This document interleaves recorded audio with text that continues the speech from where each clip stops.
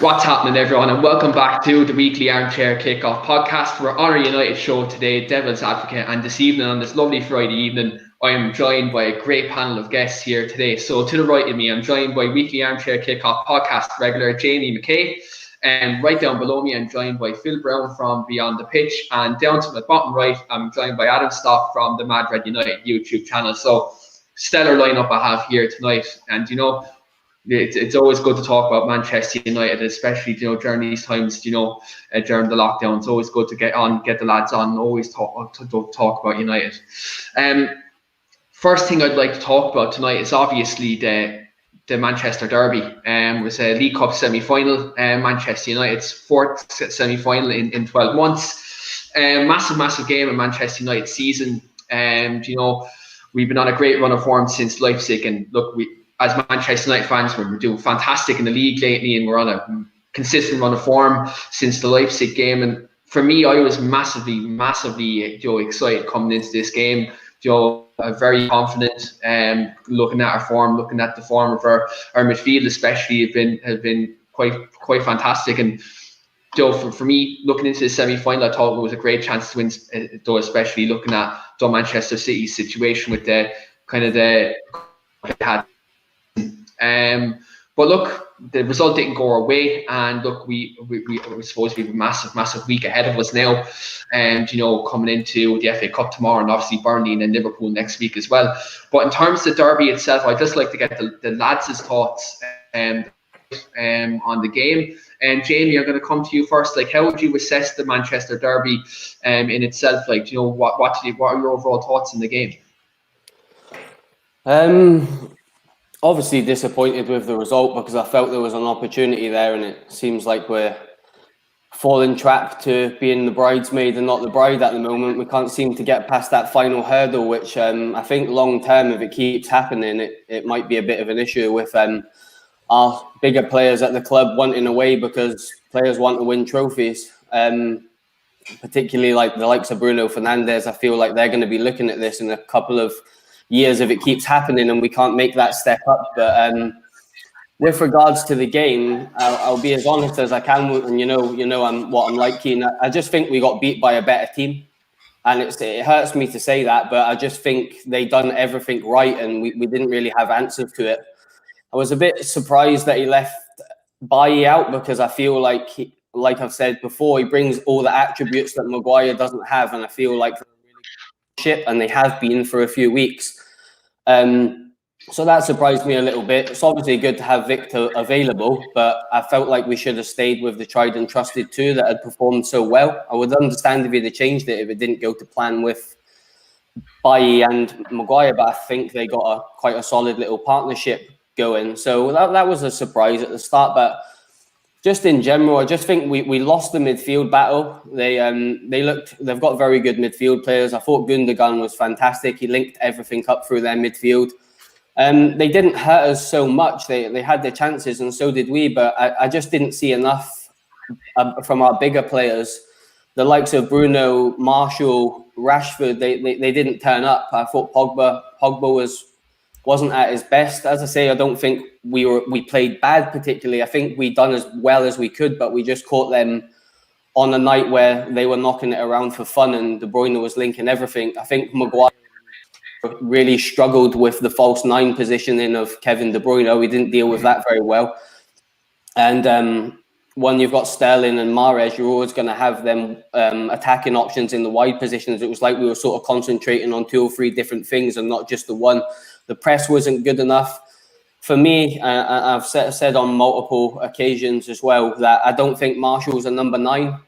He had a little run, lost the ball, and his head went down in the first 10 minutes for me. And that's not really what I want to see from a number 9 at Man United. I don't think he is a number 9. I think he's a left-sided forward.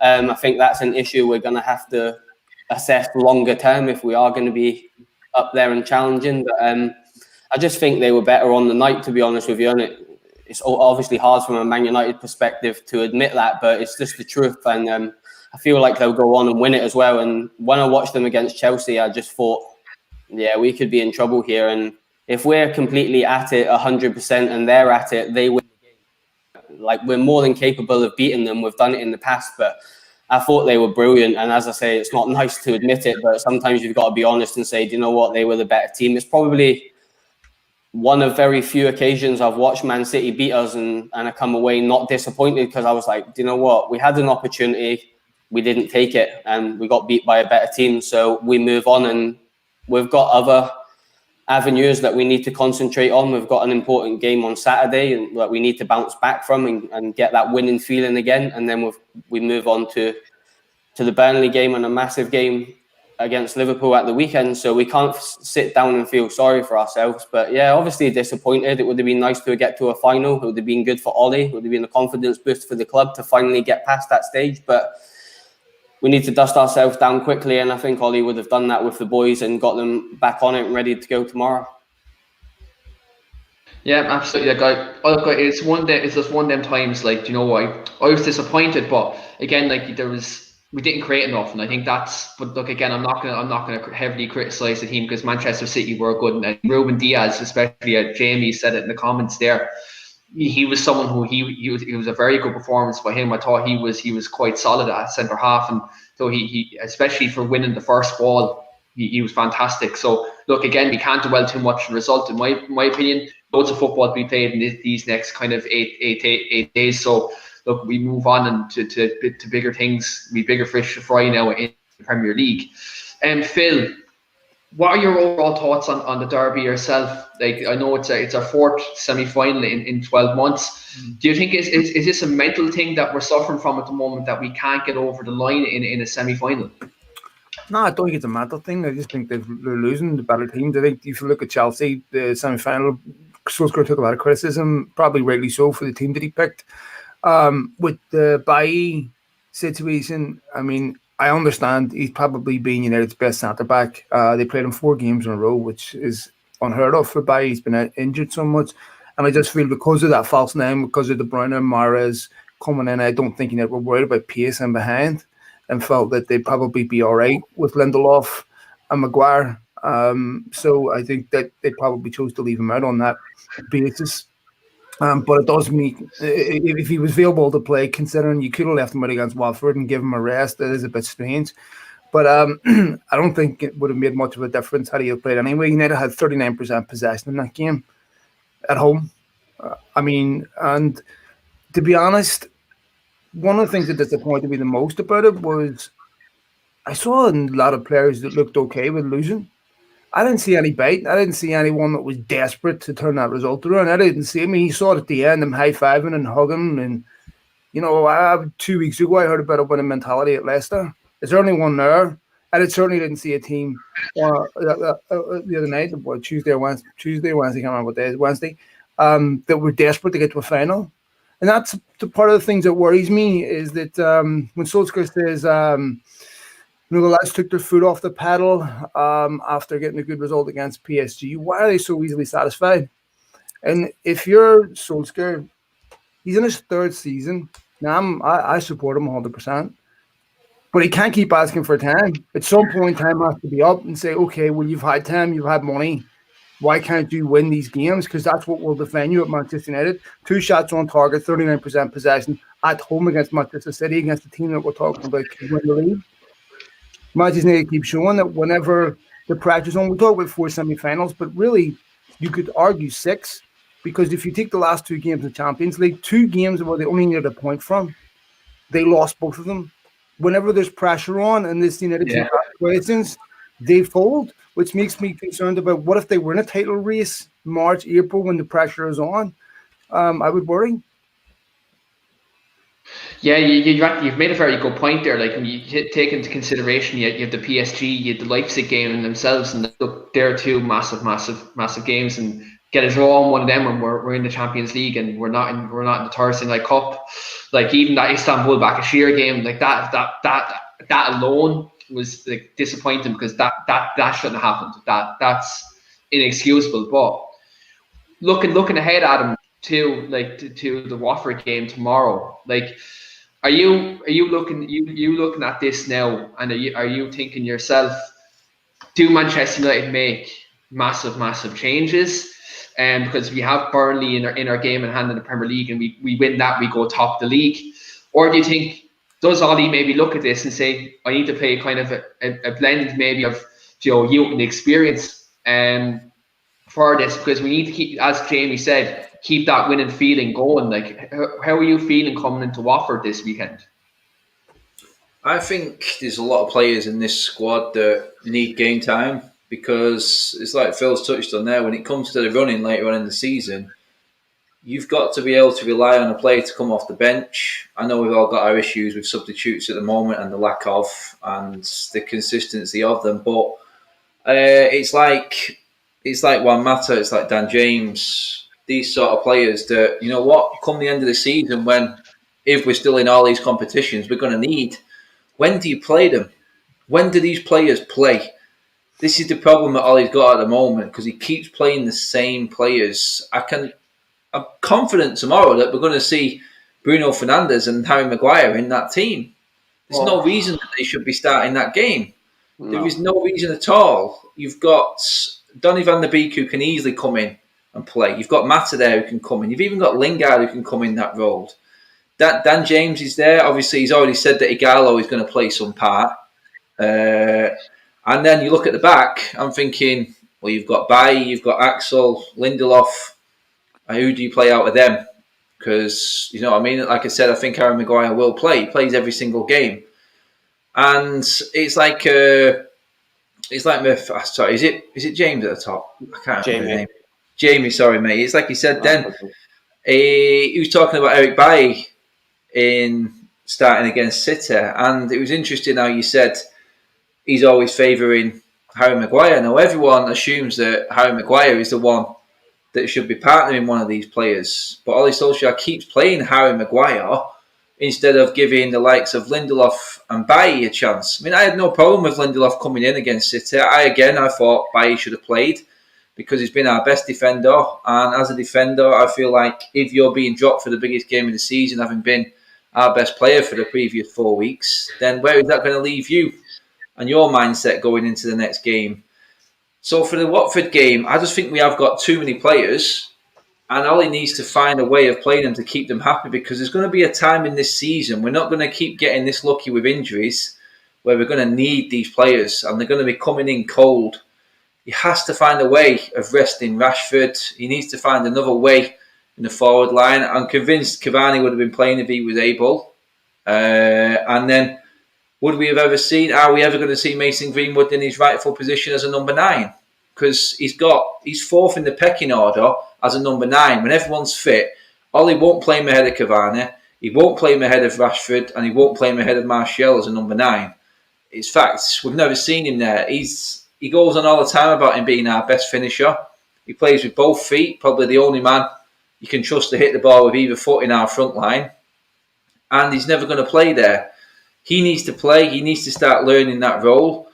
And I just feel like Ollie has got his players who he goes to when he needs a result. Watford, I'm fearing Watford. Do I think Ollie will play some of the so-called second string, because it is Watford? I think he will, but I don't think we're going to see any of the young lads, simply because our squad is too big, and these players are further up the pecking order. They're halting the prospects coming through. I expect to see Mata, Van der Beek, Matic. You know what I mean? All these players, these young lads that we're hoping are going to get a chance, they're just down the pecking order because these lads are still here.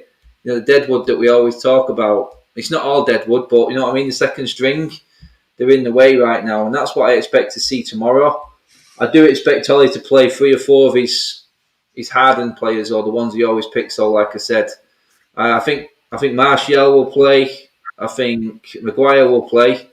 I'm just praying he doesn't play Bruno. He doesn't really need to play him. Yeah, It's a chance for Donny van der Beek to play a full game of football, just to give him a chance. You know what I mean? Because, like I said, we're going to need this squad come later in the season. It's starting to pinch now with teams, and you know what? The fitness isn't going to hold up all the way through, and you just can't rely on training ground form alone. You've got to have given him some game time at some point, and it's a perfect game for him to do it. But he's under pressure again now after what happened against City. So is he going to go strong because he needs a result? because you know what this fan base is like. We lose or don't get a good performance against Watford, then it's everyone into meltdown mode again. I mean, I thought it was an overreaction against City. I really did. It's a game against Manchester City. You can lose the game against City. They're an all right team, you know. On any given day, you could lose that game. It's the fact that all the crap that's happened before and everyone's got built up into this fury of us not having the right manager and so on, that result seemed so bad the other night. Because at the end of the day, Fernandinho scored a goal that he never scores in his career, and we switched off for one free kick. Other than that, Henderson had to make a save from outside the box, and that was City done, apart from De Bruyne's post, actually, in the first half. But there was nothing clear-cut through the whole game. So I'm not having the defences all at 6s and 7s. It's just a lack of concentration at key moments in games for us. But that's just built pressure on the Watford game for me now. And I think that may influence all his decision on what you said, Keane. Is he going to play some of the reserve players, some of the second string, or is he going to go strong? So I think it's going to be a mix of both, mate. Just on what you were saying there, Adam. Sorry, Keane, didn't mean to cut you off there. Adam, just to get your opinion there, fella, based on what you were saying about Maguire and Bruno, and yours as well, Phil. Do you put it down just to inexperience from Ollie, that he sort of goes with his tried and trusted because of the pressure of the fan base, or do you just think it's naivety? Because I'm kind of in a little bit of both. I kind of do understand why he goes to certain players. I manage myself and I pick specific players in my team all the time, but they're a lot younger, lot younger age than obviously what Ollie's doing. But I do go to my tried and trusted when it comes to my team. But obviously this is a completely different ball game. Do you think he's just going with them because he is a bit wary of the wrath of the fan base, and he knows he's going to get a 7 out of 10 from both players consistently? Or do you think he needs to be a bit more braver and change it a little bit more regularly to keep them a little bit more fresher? Sorry to jump in there, Keane. I just wanted to get both your thoughts because it's the first time I've been on the show with the both of you. So, yeah, I mean, I think he's damned if he does and he's damned if he doesn't, mate, to be honest. Yeah. I really do. I think the fan base ain't going to give him the time. You know what I mean? I think we can all criticise certain decisions he make. I think we've got the right to, but you've obviously got the hardened fans who really just don't see it ever getting right for him or ever being the right man. And that pressure is going to tell. Like when the chips are down and you know the men who are going to stand up for you, the problem you've got is, like I said, you can't think ahead that this guy could get injured in the next game. I don't think like that at all. But we've seen towards the end of last season, when we first came back from lockdown, we looked great. And then we just went into sheer burnout because we're playing the same team week in, week out.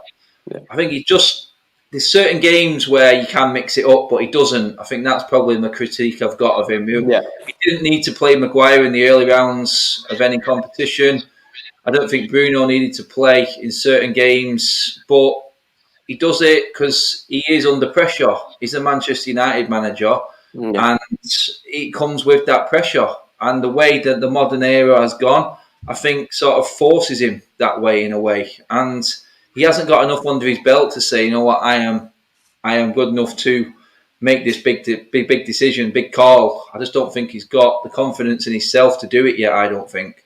Yeah, I'm in the middle with it. I think it's a little bit of both. And what you were just mentioning there, Phil, when you were talking there, fella, earlier, when you were saying there's got to come a point where we're going to start asking questions, and it's not about right. It's time. Follow the process. There has to be a little bit more progression, doesn't there? With like it's 3 years. It's not like it's 3 months. It's getting to that point for me, and I'm the same as all of yours. I support the manager 100%, but there is times where I do ask questions, particularly on selection of players consistently, because I feel like what Adam just said there, burnout does come into play, and it did last season. There's a place in the Europa League final, so it was just to get both your thoughts on that, really. Look, here's the thing, United. There's never a game that's okay to lose. And Solskjaer, more than any other manager in world football, or certainly in England anyway, gets scrutinised. He's the only guy that can't satisfy critics with a win. He has to win perfectly. You know, I was listening to all this nonsense about because there's so many people that write about football that are committed to certain narratives about Solskjaer. And even when he was winning games, because they wanted to be more, it was more important for the people covering football to be right with their previous opinions about him being out of his depth and all the nonsense that came after the Arsenal game. They refused to even concede certain points when Solskjaer was winning.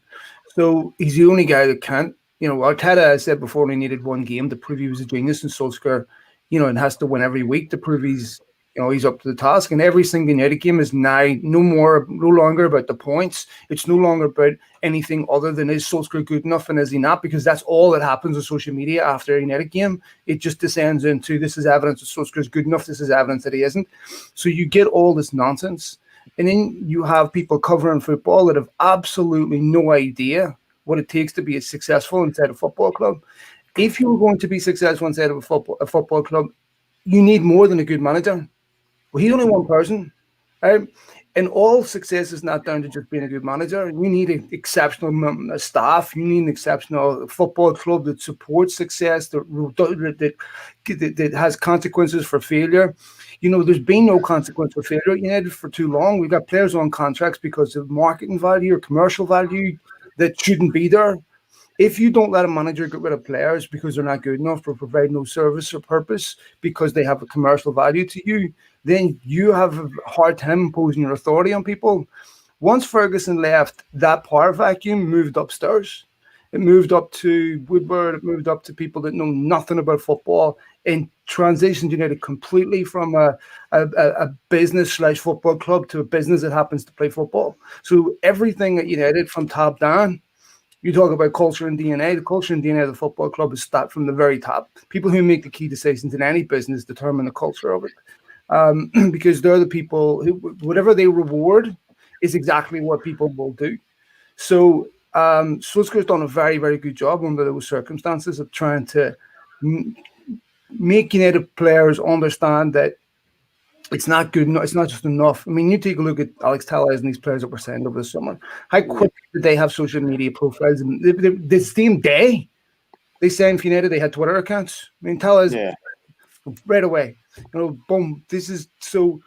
I think that for United, for Solskjaer, I think it's a hard football club to manage. Yeah. We talk about Caicedo and we talk about all the players. If Caicedo doesn't sign for United, which it looks like he's not going to,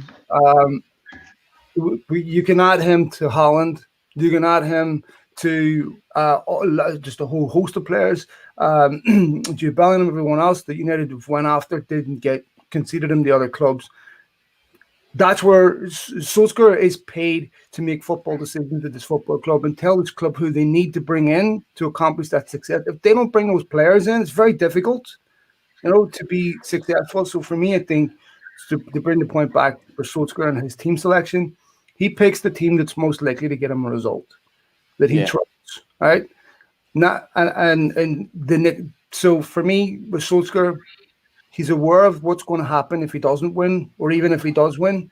So I think the squad, he's on record as saying last season that he wasn't that impressed with. It had very little depth. Against City, we didn't have a single one of our summer signings starting. That tells you that depth hasn't been addressed that much.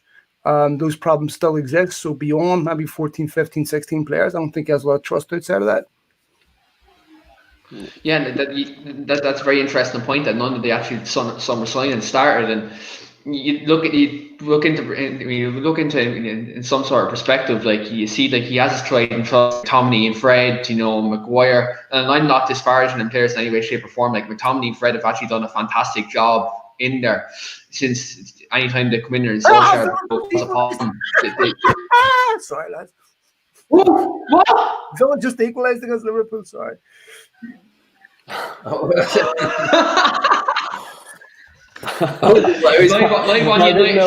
didn't have a clue what was happening there. I thought, you know what I thought? Throw this out there, right? I thought Phil was laughing at McFred then, as if doing Really give me a heart attack. On the weekly armchair kickoff, we always have a good laugh on this channel, but this is live and all. Aston Villa's youth team have just equalised against the champions of England. Oh, the joy. Anyway. Yeah. It's not. That's do you know what? That's Ollie's fault now. United didn't get a penalty there now. Do you know what I mean? That's completely the FA's fault. There's an agenda against Liverpool. But anyway, Yeah, I absolutely agree. Like, like when you look at in terms of, McTominay and Fred, and they're players who Ollie trusts. Maguire, Ollie trusts him. Bruno Fernandes, Ollie trusts him. Like, there's players there who Ollie looks at and like, you're my man. You'll go out and do a job for me. You get the 3 points. At the end of the day, we can all agree on this. Football is a results game, regardless of what you say. At the end of the day, the most important thing is getting the result and being successful. And Ollie has his select group. When the chips are down, they get results. Now, look, albeit the other night didn't happen, but Ollie has proven in the big games that there is times where you can get results. And hopefully now you look at the Burnley game on Tuesday, which we will have our Burnley preview in a couple of days' time.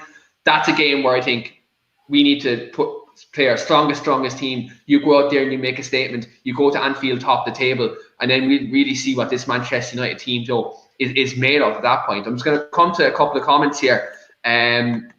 Tim has said, shout out to Tim, and Phil speaks so much sense, and my favourite media person that covers United by far. And we've commented in from Jamie, and Jamie has said, yes, Villa has scored. Jimmy Williams, the Red Devil talk, has come in there in a comment. He said, ha ha ha, I thought you saw a spider on you, Phil. That's better. That's class. I'd have had a shotgun. I just want to come to oh, stop.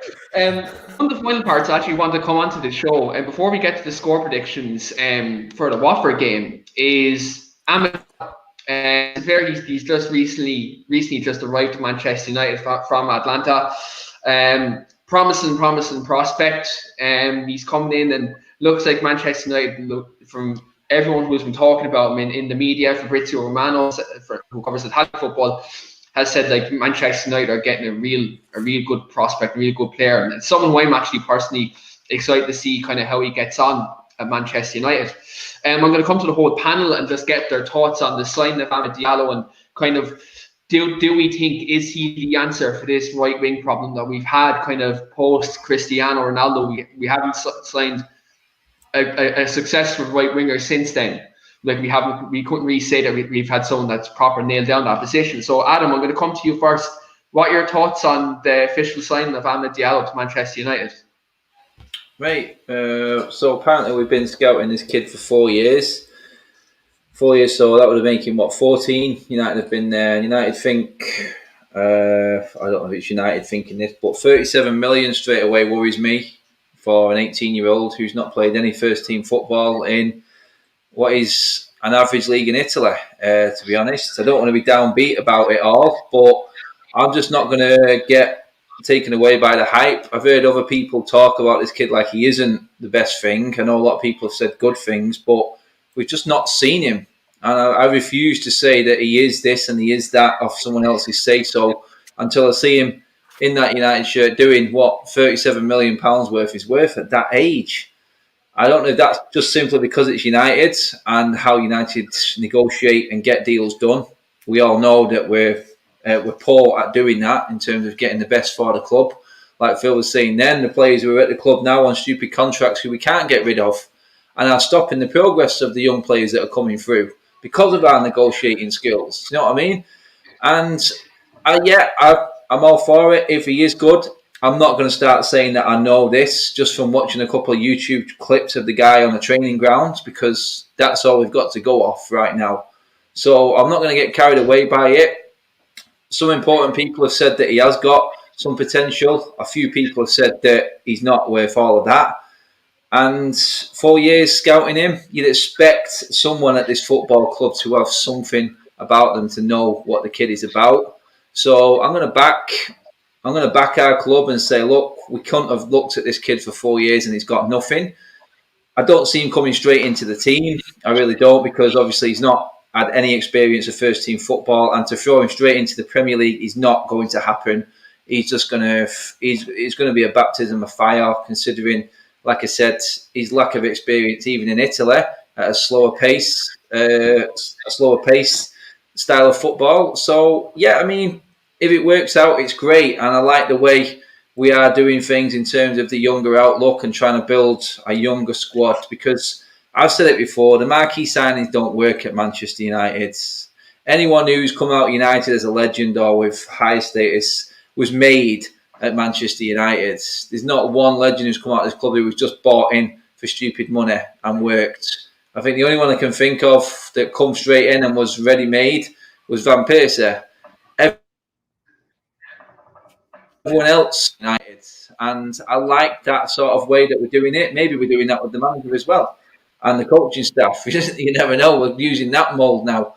But in terms of Diallo himself, I don't know enough. I can't go off what's on the internet in terms of training ground footage. I haven't seen enough of him on the pitch in a real game, but I'm going to have to trust the professionals that someone at this football club actually knows what they're talking about and knows what they're doing. And I've scouted this kid for 4 years, and he has actually got something. So that's just how I look at it. I don't expect to see him anytime soon. I really don't. I'd be surprised if he did. But in terms of the answer for the right-hand side, that is a million-dollar question, isn't it? I don't think he is right now. But we will see in the future, mate. One for the future. Could that money have been spent elsewhere? You could probably argue yes, because I think we still need that holding midfielder.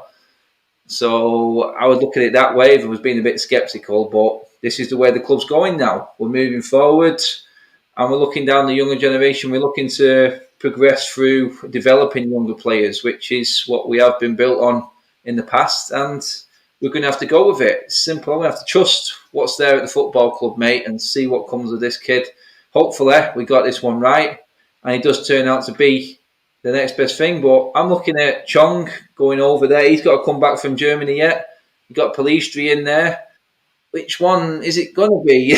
You can only have one of them, and I don't know. I just don't know enough about him to say that he is the answer, mate. That's all. I'm not qualified enough to say.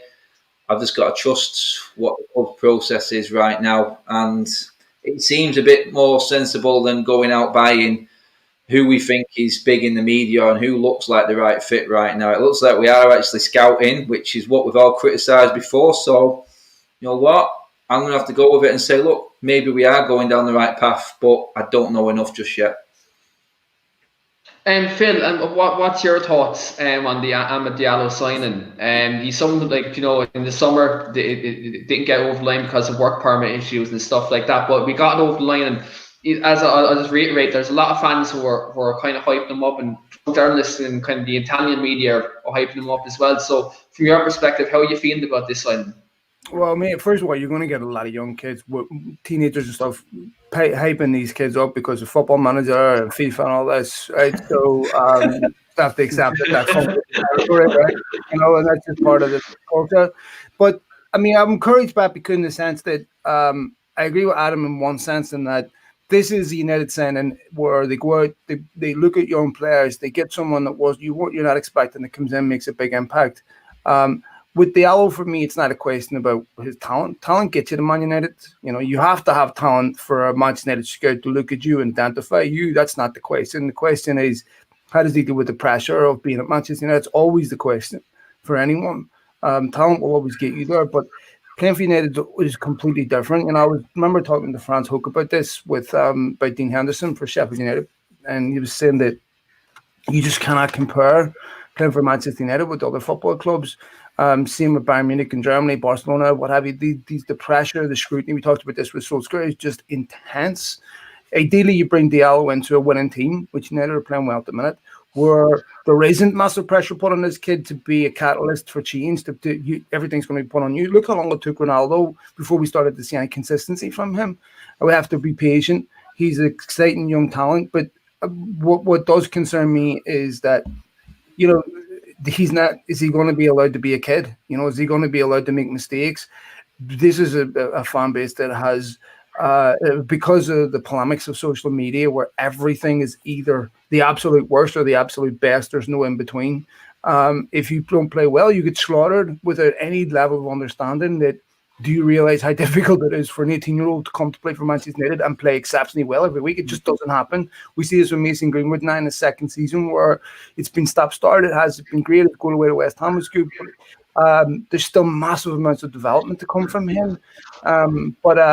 With the only thing I would disagree with Adam on is that I don't buy into this that United shouldn't go after marquee footballers. In the same way that Real Madrid don't think that whenever they buy a big player like Kaká and he doesn't work out, they continue to go after the best players in world football. Some will work out and some won't. United don't have a big track record of going after the best players in world football. You could really only pick out 1 or 2 times they've done it, and they've been poor at it. And they've been poor at it because they haven't done the proper due diligence into why are you selecting this player. For the same reason, if you look at when these deals have happened, Van Gaal and Mourinho, I have no doubt were hired on the premise that he's a bit good, he'll do, without any real thought into how they build teams, what you need to give them to get the best out of them. And then, of course, because the people above, these managers don't know football, they lose faith really, really quickly. Solskjaer's second season, arguably, you could say, was last summer, let down in the market. Mourinho's second season, let down in the market. Van Gaal, he was supported with that one summer, and then they were done. So for me, I think that with United, if they had a track record of going after top players, then okay, and I think you would see a whole different story with that. But they got very lucky in the sense they had a genius in their Ferguson. But I seriously have my concerns about whether Ferguson would be winning titles today under that same, I don't know, that same process of bringing in the likes of Van Nistelrooy from the Dutch league and what have you and turn them into superstars. That's really, really hard to do.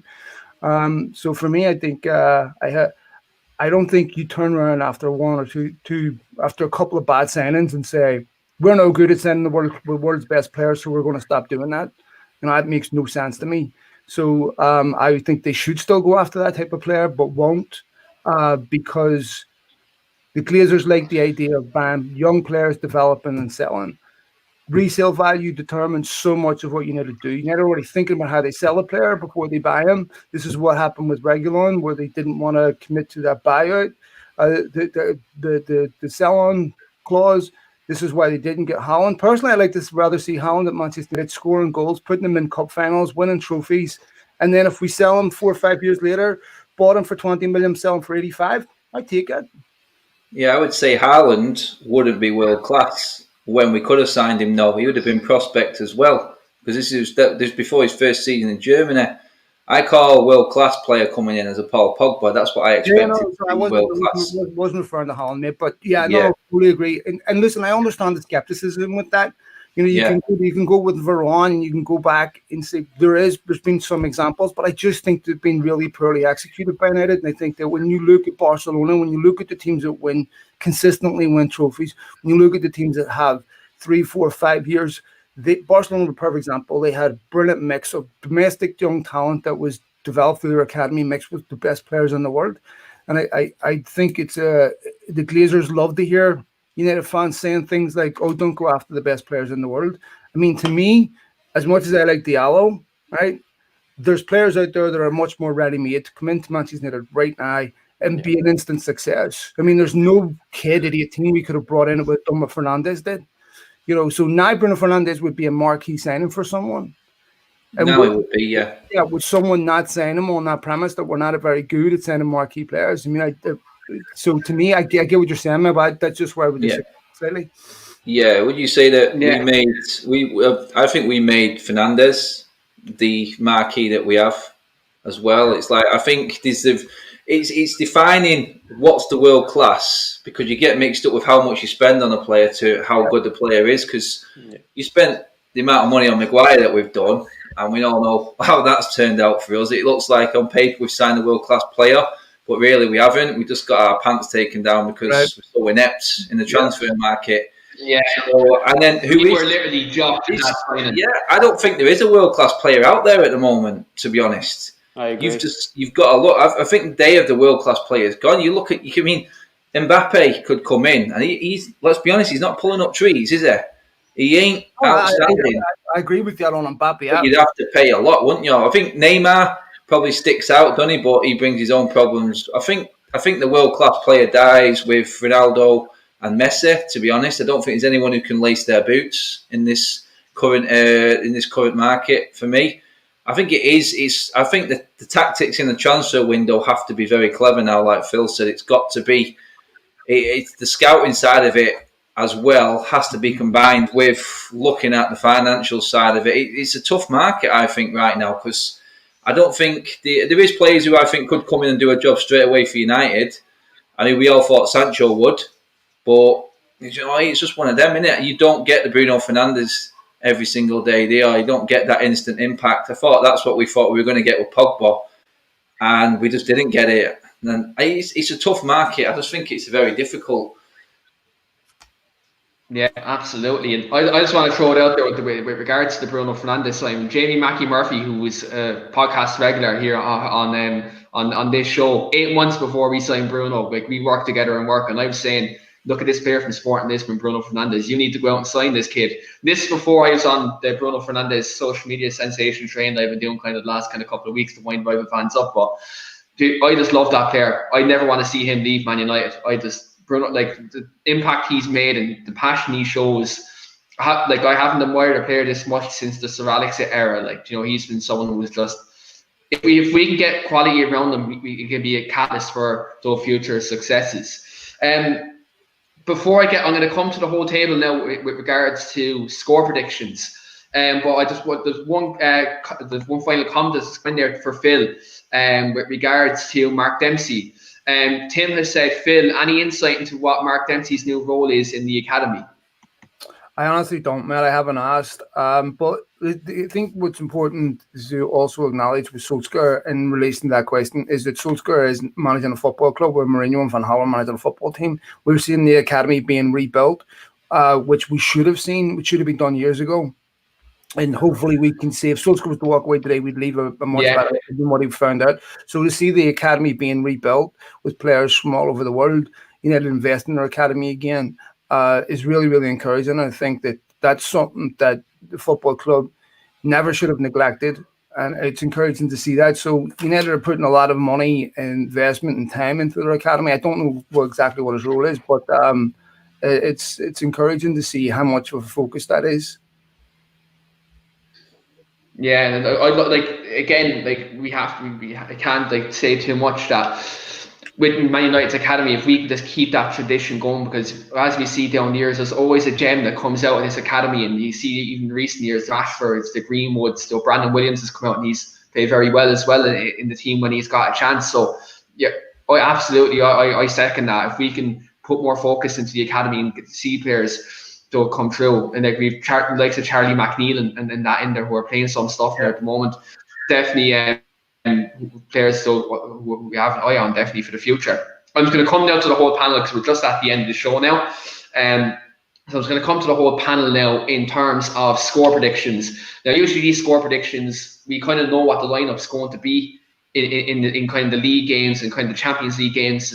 And in previously this season, you kind of have a fair idea what the lineup's going to be. With regards to this cup game against Fulham, our own wife for some reason, against Watford.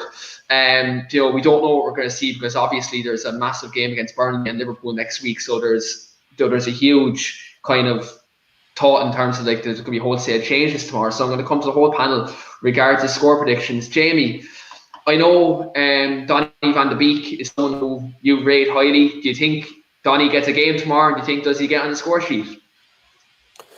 I think Adam touched on it a little bit earlier on in the show. I think he's got to play. Like you can't just keep sort of a player like that's got so much ability that, let's be honest, we have to integrate him into the team somewhere. And I feel like this is the perfect game to do it.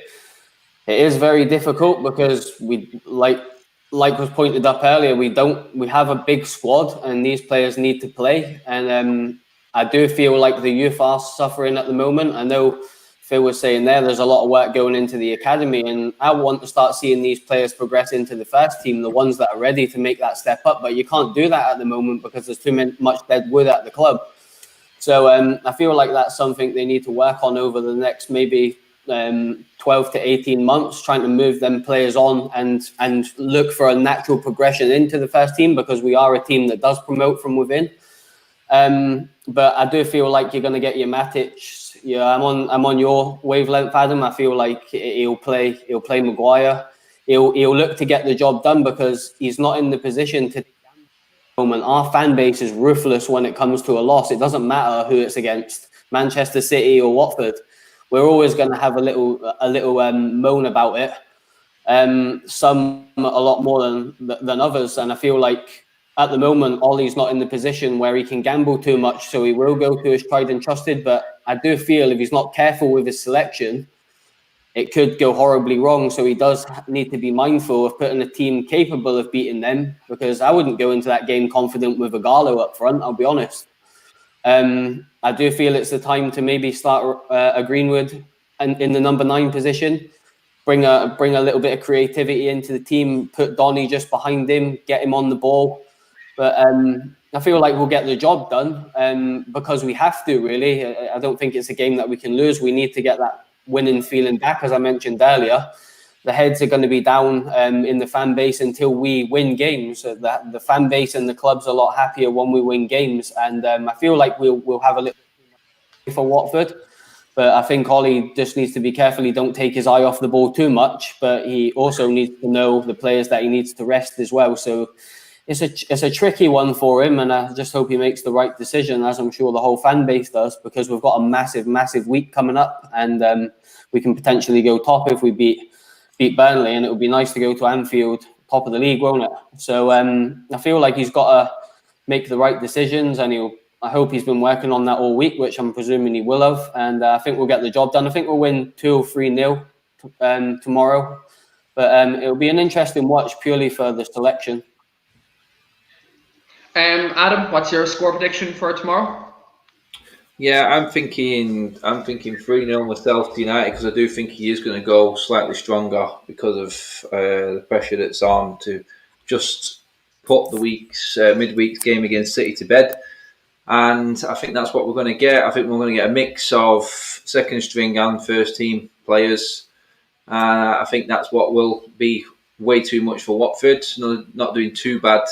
New manager and all and everything like that they've got right now, but I think we're going to have way too much for them, especially at Old Trafford. So, yeah, I expect about a 3-0 win. I just think it's going to be one of them typical FA Cup games where United just turn up and do what they have to.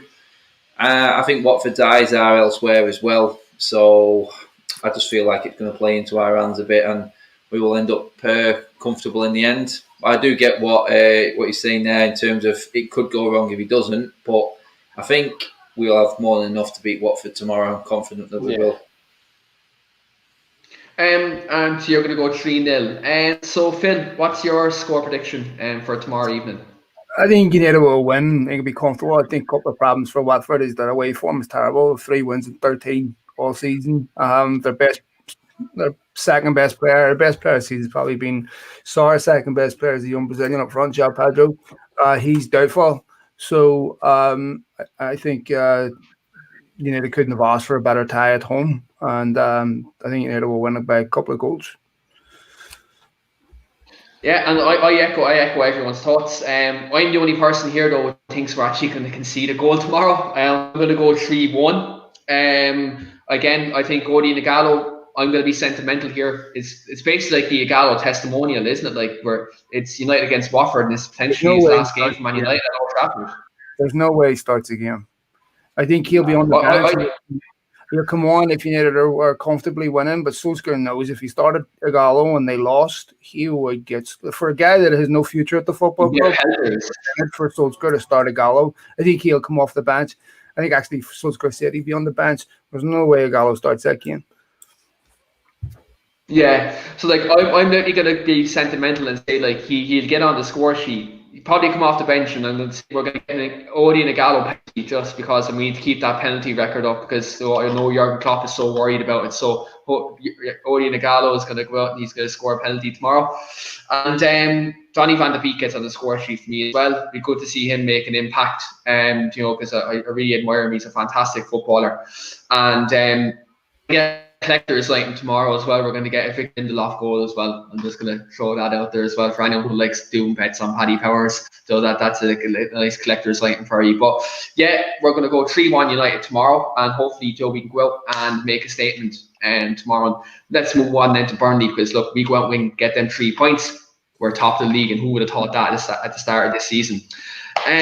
Thanks very much to the whole panel for coming on today. Thanks to Jamie, thanks to Phil, and thanks to Adam. All of you for coming on. Fantastic opinions as always. And look, we will be back tomorrow afternoon on London show tomorrow, the London Lowdown, where we're going to be reviewing all the FA Cup games over the weekend, and also we will talk about the FA Cup of years past as well, because what we always know is the magic of the FA Cup, regardless of fans being there or not, will always exist. And so is the competition. All those football fans we do all know and love. So we will be reviewing that tomorrow on our London show as well. So we are back tomorrow at 12 p.m. tomorrow. So stay tuned for that. Again, thanks to the panel for coming on, and look, we'll be back tomorrow. Thanks, mate. Thanks, lads. Thank you. Right. Boys, see you later. Thanks, boys. Have a good day. Thanks, Adam. Jam, see you later. See you later, mate. See you, Phil. Take it easy. Cheers, lads.